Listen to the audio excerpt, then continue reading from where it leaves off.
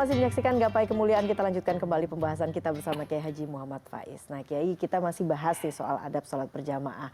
Banyak yang mengatakan bahwa kalau kita bicara soal akhir dari sholat jamaah, biasanya kalau di masyarakat muslim di tanah air, kalau selesai sholat berjamaah itu langsung salaman tuh. Ada yang mengatakan itu sebenarnya tidak diperbolehkan. Nah itu bagaimana? Jadi sebetulnya bersalaman setelah sholat itu tidak ada perintahnya, tapi juga tidak ada larangannya.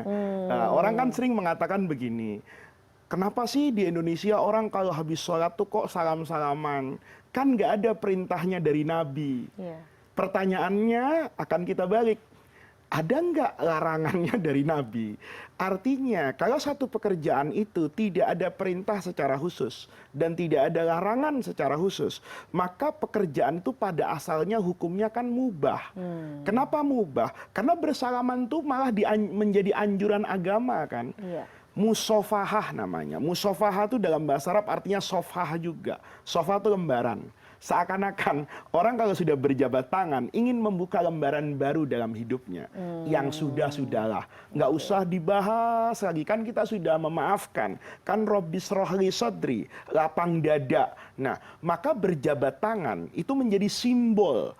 Simbol pemberian maaf, simbol lapang dada, simbol kemudian melupakan segala bentuk kesalahan dan kehilafan. Ini kan menjadi perintah agama. Nah, kenapa kemudian orang setelah sholat itu musofahah? Karena ini kalau dulu guru saya bilang, ada di Mesir itu ya guru saya bilang bahwa Al-Imam Izzuddin bin Abdissalam, ini seorang ulama besar dalam mazhab Al-Imam Asy-Syafi'i, ini mengatakan bahwa musofahah setelah sholat itu betul bid'ah. Bid'ah itu artinya tidak ada pada masa sebelum itu. Ini baru kreasi orang sekarang. Tetapi apakah semua bid'ah itu dilarang? Kan tidak juga. Kita habis sholat bikin pengajian majelis taklim.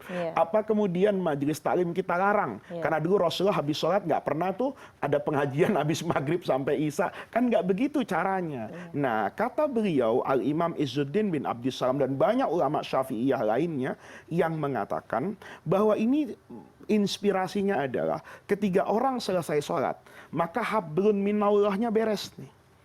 Tapi sahabat Nabi itu mengajarkan bahwa untuk meraih ridho Allah itu tidak cukup soleh dengan Allah saja, tapi juga soleh dengan sesama manusia kan. Ada hablun minallah dan ada hablun minannas. Nah hablun minannasnya itu dilambangkan dengan apa ini? Musofahah. Ya, assalamualaikum setelah sholat. Mungkin tadi masuk masjid bisa jadi ada yang salah. Mungkin boleh jadi ketika sholat kita mungkin waktu bangun dari ruku atau bangun dari sujud kena kepala orang di belakang atau ada sikut kita kanan kiri, kita minta maaf sama dia. Atau ada mungkin kelakuan saya yang tidak nyaman selama ini. Kan itu sesuatu yang baik dan itu tidak dilarang oleh agama. Oleh karena itu mayoritas ulama kalau kita periksa dalam buku-buku literatur fikih itu bahkan mengatakan sunnah hukumnya untuk kita bermusofahah setelah melakukan sholat. Hanya saja yang perlu diatur adalah ketertiban. Jadi dibiasakan. Kan di masjid itu ada dua kebiasaan. Ada setelah berjamaah, assalamualaikum warahmatullah, dia salaman dulu tuh sama kanan kiri. Ada dia wirid dulu tuh. Nanti setelah doa, subhana rabbika rabbil izzati amma yasifun wa salamun alal mursalina walhamdulillahi rabbil alamin. Selesai dengan zikir wirid, kemudian bersalam-salaman. Nah, itu saja yang perlu kemudian diatur sehingga tidak terjadi kegaduhan kan? Jangan sampai temannya mau zikir tahu-tahu diajak salaman. Kan gitu kan? Nah, ini kan mengganggu. Nah, kalau itu bisa dikerjakan dengan baik, itu menjadi keindahan dalam beragama. Baiklah Kiai. Nah sebelum menutup edisi kali ini Kiai, pertanyaan terakhir ini soal ikhlas begitu ya. Amal ibadah ini kan sebetulnya harus dilakukan ikhlas karena Allah. Tapi bagaimana kalau kemudian amal ibadah yang kita lakukan ini tujuannya adalah untuk mendapatkan pahala. Nah ini boleh Kiai? Semua yang terkait dengan Allah itu boleh. dan itu tidak mengganggu ikhlas. Hanya tentu keikhlasan yang paling sempurna, paling tinggi itu tidak terkait dengan surga dan neraka, tapi kaitannya adalah Allah. Tetapi kan ini hanya dimiliki oleh orang-orang tertentu.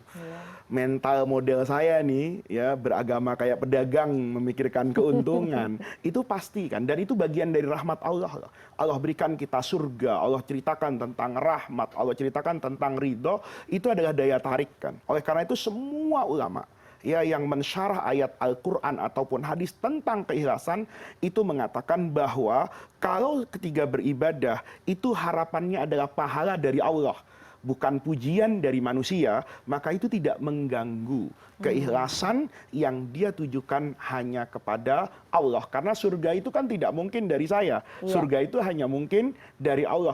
Anda sholat berharap apa? Ya berharap surga Allah. Kan Allah juga. Beda kan? Kenapa Anda sholat? Ya supaya saya menang nanti waktu pilpres. Mau menang waktu pileg. Karena orang akan menganggap saya orang yang soleh. Nah ini yang dikatakan riya bukan ikhlas. Oke, jadi kalau memang ujungnya itu kepada Allah tentu saja boleh ya Kiai ya.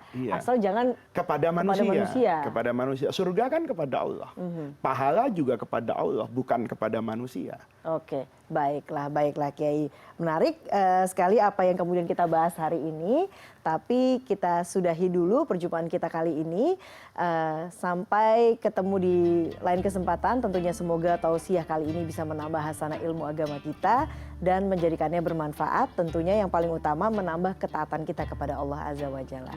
Saya Eva Yunizar dan Kiai Haji Muhammad Faiz pamit. Terima kasih atas perhatian Anda. Insya Allah kita akan jumpa lagi pada episode berikutnya. Wabillahi taufik wal hidayah. Wassalamualaikum warahmatullahi wabarakatuh. Waalaikumsalam.